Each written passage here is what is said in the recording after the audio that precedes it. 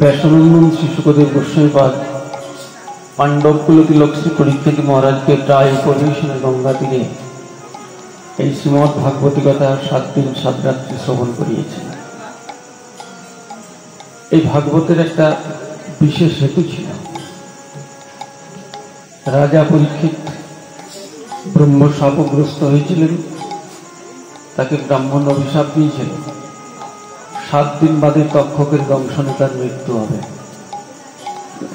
তাই রাজা পরীক্ষিত পুত্রের হাতে রাজ্যভার অর্পণ করে হরিদ্বারে গঙ্গা তীরে এসে উপস্থিত হলেন। তাদের প্রিয় রাজা উপস্থিত হয়েছেন শুনে সমস্ত জ্ঞানীজন, গুণীজন, বিদগ্ধ পণ্ডিতজন সবাই এসেছেন।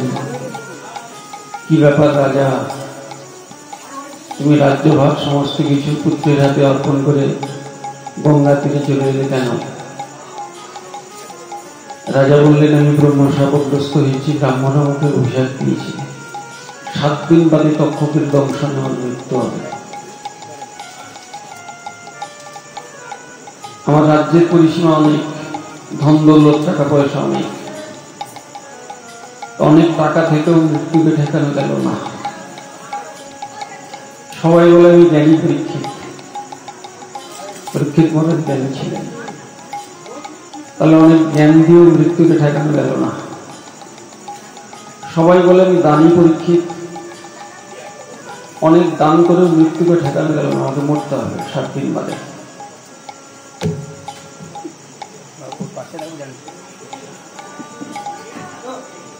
আবার সবাই বলে আমি নাকি উষ্টু বংশের সন্তান। যুধিষ্ঠির, ভীম, অর্জুন, নকুল, সহদেব যে বংশে জন্মগ্রহণ করেছেন সেই বংশের কুল প্রদীপ তিনি, মরতে হবে কেন? এটা হচ্ছে মরজগৎ, এখানে যে জন্ম হবে তাকে মরতে হবে, জন্মিলে মরিতে হবে, এমন কি কথা করে কবি বলেছেন। এটা মরজগৎ। রাজা পরীক্ষিত চিন্তা করেছেন, জীবনে তো অনেক কিছু করলাম, কিন্তু সবাই বলে মরলে পরে ভগবানের কাছে যেতে হয়, ভগবানের কাছে যাওয়ার জন্য তো কিছু করলাম না, আমাকে করতে হয়। তাই হে জ্ঞানীজন, গুণীজন, বিদগ্ধ পণ্ডিতজন, আপনারা কৃপা করে বলুন কি করলে 7 দিনের মধ্যে ভগবানের কাছে পৌঁছে যায়? সবাই তো বড় বড় পুঁথি পুরাণ খুলে দেখলেন। রাজা, ইচ্ছে তোমার ভালো, কিন্তু উপায় দেখছি না। রাজার মনটা খারাপ। এমন সময় সেখানে এসেছেন কালো কুচকুচি দিগম্বর কিশোর ব্যাসনন্দন শুকদেব গোস্বামীপাদ। তাকে দেখে রাজার ভালো লেগেছে। রাজা বসতে দিয়েছেন, পাদ্যার্ঘ্য নিবেদন করেছেন, তার চরণেও একই বিনতি। কৃপা করে বলুন কি করলে 7 দিনের মধ্যে ভগবানের কাছে পৌঁছানো যায়? রাজা, তুমি ভগবানের কাছে যাবে কেন? আমার কাছে খবর আছে, আমার কাছে একটা শাস্ত্র গ্রন্থ আছে, তার পাতায় পাতায় খবর আছে। ভক্তের ভগবানের কাছে যাওয়ার দরকার পড়ে না, ভক্তের আকুলতায়, ভক্তের ব্যাকুলতায় ভগবান ভক্তের কাছে ছুটে আসে। সে কি গো, এতদিন শুনেছিলাম ভগবান বৈকুণ্ঠে বসে থাকে, তার কাছে যেতে হয়, আবার তুমি বলছো ভগবান বৈকুণ্ঠ থেকে নেমে আসেন, একই কথা। বললো আছে তো, আমার কাছে খবর আছে। শুরু হয়েছিল ভাগবত, ভগবত, ভক্তি, জ্ঞান, বৈরাগ্য আর ত্যাগ, এই শুরু হয়েছিল ভাগবত। এখন এই ভাগবত তো চলছে 7 দিন 7 রাত্রি তৈল ধারার ন্যায় নিরবিচ্ছিন্ন অবস্থা। আর আমাদের সময় তো হাতে মাত্র 2 ঘন্টা, কতটুকু হবে? তাই শ্রীমদ্ ভাগবতের শেষের দিকে চলে যাব। রাজা, জানো শেষ বেলায় তোমাকে এসে একটা আসল কথা বলবে, বললে আগে যেগুলো বললে ওগুলো কি নকল কথা নাকি? না, বললো ওগুলোও কথা, কিন্তু এইটা বেশি সবচেয়ে গুরুত্বপূর্ণ। ওটা তো আগে বলে দিতে পারবে, ওই আসল কথাটা আগে বলে দিলে তো এতগুলো কথা বলতে হতো না। না, বললো দেখো আসল কথাটা শেষকালেই হয়। আপনি নেমন্তন্ন বাড়ি খেতে যাবেন, দেখবেন প্রথমে চচ্চড়ি, শুক্তো, ঘ্যাটমেট এগুলো সব আসে। যারা বুদ্ধিমান লোক তারা বসে আছে, তারা বলে দেখো চচ্চড়ি, শুক্তো, ঘ্যাটমেট এগুলো দিয়ে তো রোজ পেট ভরাই, হ্যাঁ, যেগুলো বাড়িতে রোজ খেতে পাই না, মিষ্টান্ন, পরমান্ন এগুলো আসবে, হ্যাঁ, এগুলো দিয়ে পেট ভরাও। ভগবান শ্রীকৃষ্ণ যখন গীতা বলেছিলেন, শেষকালে এসে অর্জুনকে বলছেন, অর্জুন তোমাকে আসল কথা বলি। কি কথা বললেন? সর্বধর্মান পরিত্যাজ্য মামেকং শরণং ব্রজ অহং ত্বং সর্বপাপেভ্যো মোক্ষয়িষ্যামি মা শুচি। আসল কথা। হ্যাঁ, শাশুড়ি বৃন্দাবনে যাবে অনেকদিন থেকে, বৌমাদের বলছে তোদের জ্বালায় আর পারি না, এই পুরা সংসারে আর থাকবো না, বৃন্দাবনে চলে যাবো।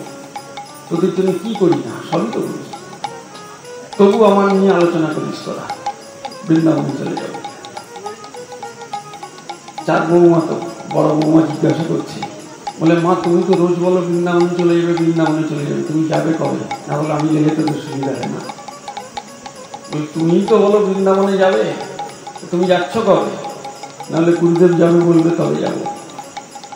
গুরুদেব এসে বলছেন কার্তিক মাসে যাব বৃন্দাবনে, মারে খুব আনন্দ হবে, কার্তিক ব্রত আছে, হ্যাঁ যাব।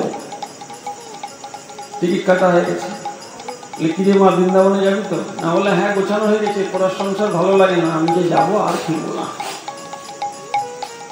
গুরুদেব চলে এসছেন, রিক্সায় উঠে গেছেন, তার আগে বৌমাকে বোঝাচ্ছেন, জানিস চালের ডাব্বা ওখানে আছে, চিনির ডাব্বা ওখানে আছে, এটা ওখানে আছে, ওটা ওখানে আছে। বলে মা আমি তো জানি, 10 বছর সংসার করছি, আমি জানি না কোথায় কি আছে? বলে অত বড় বড় কথা কিসে?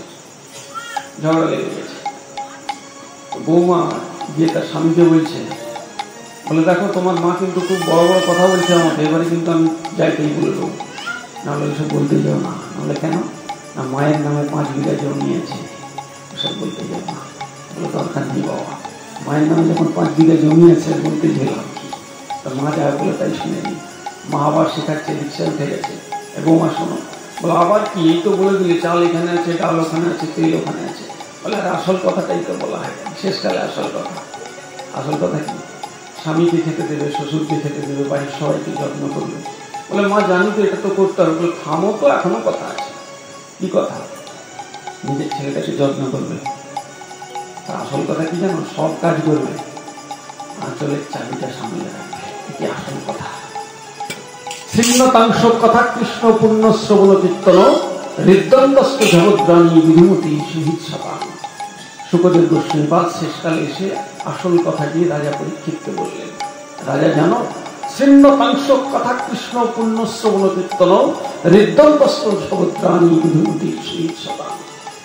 রাজা, ছিন্নতাংশ কথা কৃষ্ণ পুণ্য শ্রবণ কীর্তন, ভগবানের লীলা কথা শ্রবণ করো আর প্রাণ ভরে কীর্তন করো, আর কিচ্ছু করতে হবে না। তাহলে কি হবে? গিভ এন্ড টেক পলিসির ব্যাপার আছে। কি হবে? হৃদয়স্ত জগদ্রাণী বিধিমতি শহীদ সপান। আমরা তো কলিযুগের মানুষ, হৃদয়টা তো একেবারে নোংরা আবর্জনায় টইটুম্বুর হয়ে আছে। আপনি আমি চাইলে পরিষ্কার করতে পারবো না। হ্যাঁ, এত নোংরা করেছি, ভেতরটা পরিষ্কার করতে পারবো না। গোবিন্দ বলছেন দেখো তোমাকে পরিষ্কার করতে হবে না, তুমি শুধু আমার লীলা কথা শ্রবণ করো আর প্রাণ ভরে কীর্তন করো। তাহলে কি হবে? না তোমার হৃদয়ের সমস্ত ময়লা পরিষ্কারের দায়িত্ব আমার। একদম কষ্ট জানি, তোমার ময়লা সমস্ত আমি পরিষ্কার করবো এবং ওখানটা একটা আসন পেতে বসে যাবো। কৃষ্ণ বললেন ভগবান এত ভালো, আমি হৃদয়টা নোংরা করেছি আর সমস্ত নোংরাগুলো তিনি পরিষ্কার করে দেবেন। এত ভালো তিনি করেছেন। চৈতন্য লীলাতে আছেন, চাঁদ রায়, অত্যাচারী জমিদার চাঁদ রায়। এমন কোন খারাপ কাজ তিনি ছিল না তা করেননি। এমনকি তিনি রাজাকেও কর দিতেন না, এবং রাজা ওই জমিদারের সাথে পেরে উঠতেন না, এত অত্যাচারী। বাড়িতে দুর্গাপুজো হয়, ধুমধাম করে হয়। যখন পুজো হয় লোককে চাপ দিয়ে চাঁদা আদায় করে, কেউ কিছু বলতে পারে না, এবং সমস্ত কুকর্মের সে চুরি, পরদার গমন, যা কিছু বলবেন সমস্ত খারাপ কাজে সে সিদ্ধহস্ত। এই চাঁদ রায় এত অত্যাচার করছেন, মানুষ পাচ্ছে না। সেই এলাকায় যে সমস্ত বুদ্ধিমান ব্যক্তিগণ আছেন, যে সমস্ত বৈষ্ণবগণ আছেন, তারা সবাই গোবিন্দের কাছে প্রার্থনা করছেন, গোবিন্দ, বাড়ির মেয়ে ছেলেদের নিয়ে কি বসবাস করতে পারবো না? এত অত্যাচারী জমিদার, আপনি এর একটা বিহিত করুন। কারণ আপনি তো গীতাতে বলেছেন, যদা যদাহি ধর্মস্য গ্লানির্ভবতি ভারত অভ্যুত্থানং ধর্মস্য তদাত্মানং শ্রীরামহম। আপনি নিজেকে সৃষ্টি করবেন যখন ধর্মের জ্ঞানী এসে উপস্থিত হবে। মানুষের উপরে অত্যাচার হচ্ছে খুব, আপনি কৃপা করুন। এরকম যখন অত্যাচার করছে চাঁদ রায়, সেই সময় এসে উপস্থিত হলেন। তার শরীরের মধ্যে একটি রোগ ব্যাধি উপস্থিত হয়েছে, এমন ব্যাধি হয়েছে সে বিছানা থেকে উঠতে পারছে না, বিছানা থেকে উঠতে পারছে না। বৈষ্ণবের ডাক কলিযুগে মহাপ্রভুর কাছে পৌঁছবে। মহাপ্রভু যদি ডাকা যায়, কৃপা করো প্রভু, পতিত পাবন আসবেন। তাই পতিত পাবন এসেছেন সাধুর রূপ ধরে। চাঁদ রায়ের বাড়িতে এসেছে, চাঁদ রায়কে দেখে চলে গেছেন, তারপরে আর খুঁজে পাওয়া যাচ্ছে না। সিদ্ধান্ত হলো ওই সাধুকে খুঁজে বের করতে হবে। সাধুকে খুঁজে বের করা হলো, সাধুকে জিজ্ঞাসা করা হলো যে চাঁদ রায় যে এত অসুস্থ হয়েছে, উঠতে পারছে না, বুঝতে পারছে না, খেতে পারছে না, শরীরে কোনো ক্ষমতা নেই। এতদিন তার ক্ষমতা ছিল, আজ তার ক্ষমতা নেই। নড়ে বসলো, সে ক্ষমতাটা চাঁদ রায়ের নেই। কি করে ভালো হবে? বৈষ্ণব যদি কৃপা করে তাহলে ভালো হবে। বৈষ্ণব যদি কৃপা করে, এমন পতিত কৃপা পেতে পারে বৈষ্ণবের। একমাত্র বৈষ্ণবই পারেন এমন পতিতকে উদ্ধার করতে। বৈষ্ণব চরণ রেণু মস্তকে ভূষণ রেণু তুলয়াম লবেনৌপি না স্বর্গং না পুনর্ভবম ভগবৎ সঙ্গী সংঘর্ষ মত্তানান্দাস। স্বর্গ মর্ত পাতালের সমস্ত ঐশ্বর্য ত্যাগ করে দিলেও বৈষ্ণব চরণের একটা দিনের সমান গণ্য করা যাবে না। বৈষ্ণব চরণের দিনের এত মাহাত্ম্য।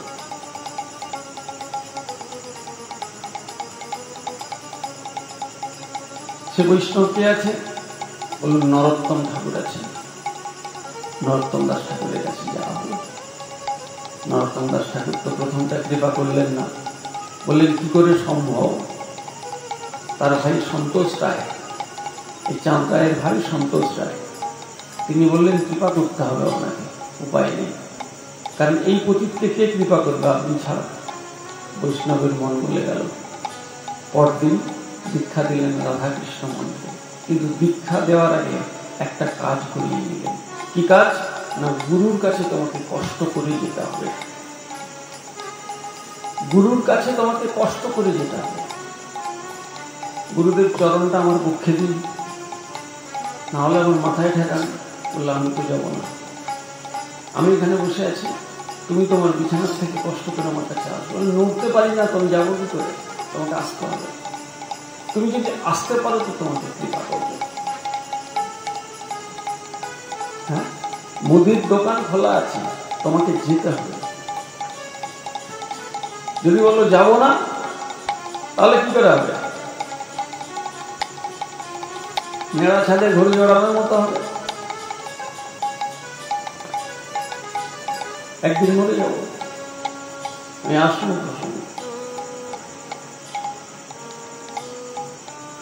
বুকটাকে ঘষে ঘষে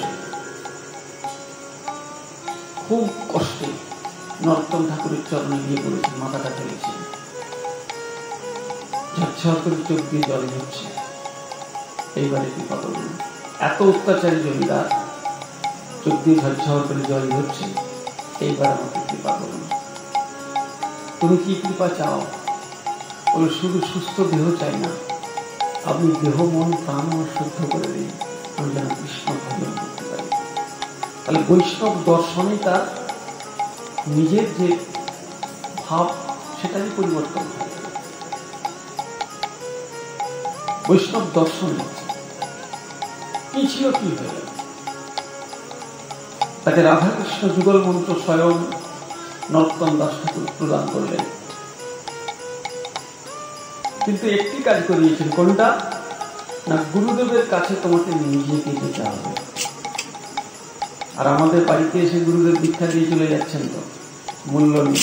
বলে গুরুদেব বাড়িতে এসে যখন 10 টাকা দিয়ে দিতে যায়,